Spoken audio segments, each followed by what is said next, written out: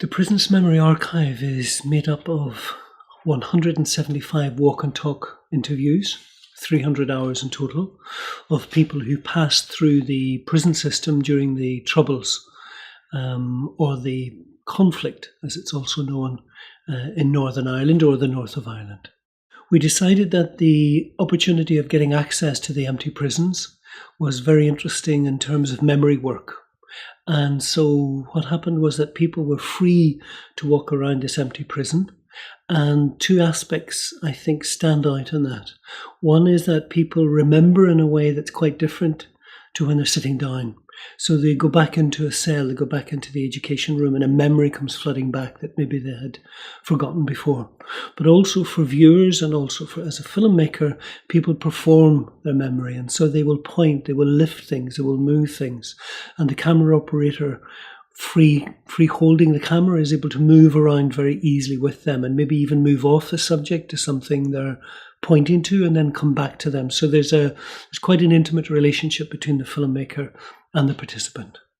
I think one of the main advantages is that you see the expression on the person.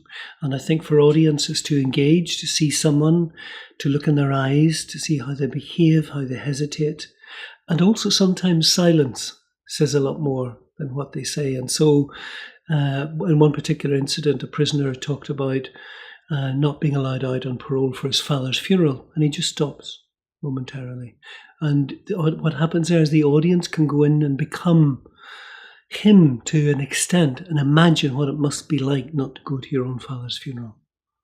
One of the things, can I add as well here, that we have established 3 protocols for the process, because I think it's quite important when you're dealing with traumatic memories. These were very violent places, and sensitive memories, is you offer people first of all, co-ownership or co-authorship, so that they can change, they can amend, they can edit, they can add to later on.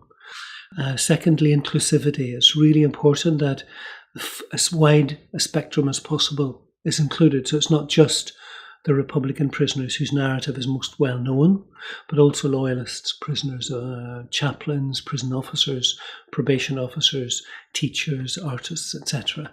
And the third one is life storytelling. So we try to restrain ourselves from asking questions and try to encourage them to take over, share the agenda and talk about what they wanted to, and just as importantly, what they did not want to talk about. When you work for a broadcaster, people sign over.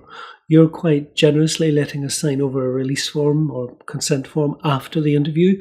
In television, you're encouraged to get people to sign the consent form before the interview. And you also sign over the rights to the production company, who then sell the rights to the broadcaster. And that makes perfect sense economically in terms of the political economy of how television works very quickly. But we knew that this sensitive subject, people had kind of alienation from television. One prison officer told us he had been interviewed by the BBC and he didn't recognise himself on the screen. And so that idea of sharing ownership and authorship is a way of building trust. And inclusivity is simply that there's always competition over whose narrative is being heard, whose is being told and whose is being privileged. So we wanted to share that. And life story was, we don't want people to implicate themselves or other people. We want people to feel relaxed and confident, and it's a continuation of the co-authorship. They should decide what they want to talk about. And it's mostly because not only is it about conflict in the past, but it's still very contested in the present. And people need to feel comfortable not only about talking to the person who's interviewing them or filming them, but also thinking about who future audiences will be, how it will be received. Primarily for local audiences and primarily aimed at creating safe space for people to be able to listen to the story of the other.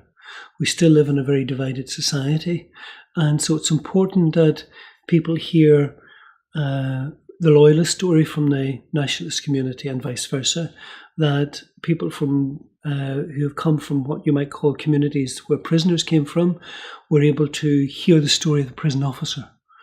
So in one case, for example, we showed the film and one of the women in the audience said afterwards, I'd been brought up to always think of prison officers as uniforms, as screws, not as people.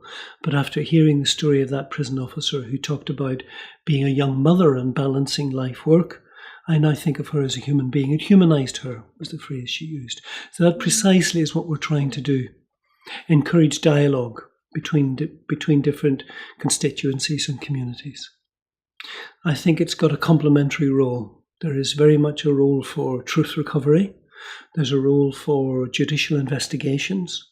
But I think oral history can play a certain role because there is a sense that public acknowledgement of your story is a process whereby people feel validated. They feel that they are no longer worthless, forgotten, ignored, marginalised, that their story is as important as anyone else's story. And I think it's a really important part of restoring dignity to people who have felt ostracised, marginalised and violated, in fact.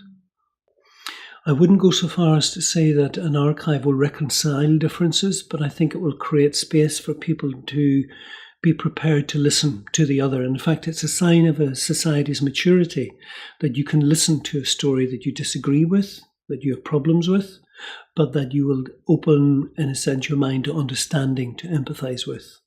I think that's an important part of oral history in a transition society. The building of trust is really important, and I think co-ownership and co-authorship is a part of that.